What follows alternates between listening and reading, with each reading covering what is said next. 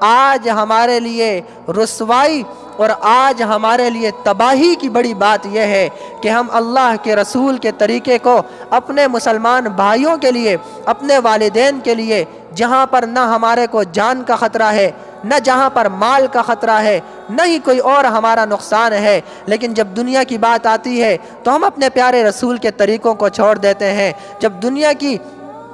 آپس میں قطع تعلقی ہو، زمین کی وجہ سے ہو، تو ہم سالوں سال اس بات کو برداشت کر لیتے ہیں کہ سگے بھائی ایک دوسرے کا کفن میں بھی منہ دیکھنا زمین کی وجہ سے گوارا نہیں کرتے، لیکن جب اللہ کے رسول کے پیارے طریقے کی بات آتی ہے تو پھر ہم مسلمان پتہ نہیں کیوں خاموش ہو جاتے ہیں۔ جب اللہ کے پیارے رسول کے طریقے کی بات آتی ہے تو پھر ہم مسلمان ایک دوسرے کی ناراضگیوں کا کیوں اتنا خیال کرتے ہیں کہ یہ ناراض ہو جائے گا، یہ ناراض ہو جائے گا۔ نہیں میرے بھائیو، جہاں پر اللہ کے رسول کا طریقہ ہے وہی ہمارے لیے سب سے اہم ہے، جہاں پر اللہ کے رسول کی بات ہے وہی ہمارے لیے اہم ہے، نہ اس سے آگے باپ کی بات، نہ اس سے آگے بھائی کی بات، نہ اس سے آگے بیٹی کی بات، نہ اس سے آگے بہو کی بات، نہ اس سے آگے علاقے کے زمیندار کی بات، نہ وڈیرے کی بات، نہ مولوی کی بات، نہ قاری کی بات، نہ حاجی کی بات، نہ نمازی کی بات، نہ اور کسی شخص کی بات۔ سب سے اہم بات جو ہمارے لیے ہے وہ رسول اللہ صلی اللہ علیہ وسلم کا طریقہ ہے، وہ رسول اللہ صلی اللہ علیہ وسلم کی سنتیں ہیں۔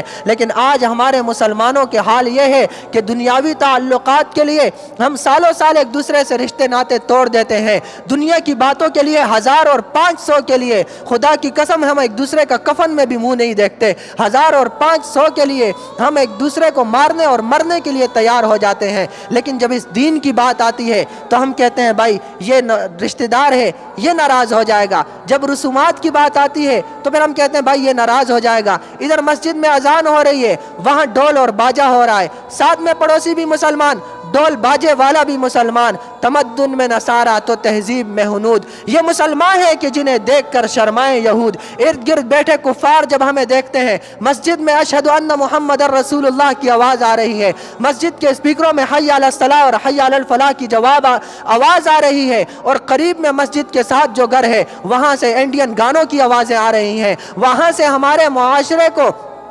تباہی اور بربادی کی طرف لے جایا جا رہا ہے۔ نکاح کی مسنون سنت ہے، اس سے ہم نے اسے بجائے ثواب کے ہم نے عذاب بنا دیا ہے۔ غریب آدمی ہے جس کے پاس گھر میں کھانے کے لیے ایک وقت کے لیے ہوتا ہے، دوسرے وقت کے لیے نہیں ہوتا، دوست اس کو بیٹے کے نکاح پر مجبور کر رہے ہیں، ڈھول نہیں لے کر آؤ گے تو ہم شادی میں نہیں آئیں گے، ناچنے والی عورتوں کو نہیں لے کر آؤ گے تو ہم شادی میں نہیں آئیں گے، اگر شادی میں فلاں رسم نہیں ہوگی تو ہم نہیں کریں گے۔ اب بیٹی کا رشتہ دیا جا رہا ہے، وہاں پر ہم طرح طرح کی جو ہے باتیں کرتے ہیں، ہاں اگر میری بیٹی کو 10 لاکھ روپے نہیں دیے گے تو یہ ہو جائے گا، زیور اتنا نہیں بنایا گیا تو یہ کر دیں گے، مکان اتنا نہیں بنایا تو یہ کر دیں گے۔ ہم نے مسنون جو شادی کے طریقے تھے، رسول اللہ صلی اللہ علیہ وسلم کی سنتیں تھی، انہیں چھوڑ دیا۔ آج ہمارے معاشرے کی حالت یہ ہے کہ رسول اللہ صلی اللہ علیہ وسلم نے فرمایا کل قیامت کے قریب ایسا وقت آئے گا کہ نکاح مشکل ہو جائے گا اور زنا آسان ہو جائے گا۔ آج ہم اپنے معاشرے میں دیکھتے ہیں 500 اور 1000 کے اوپر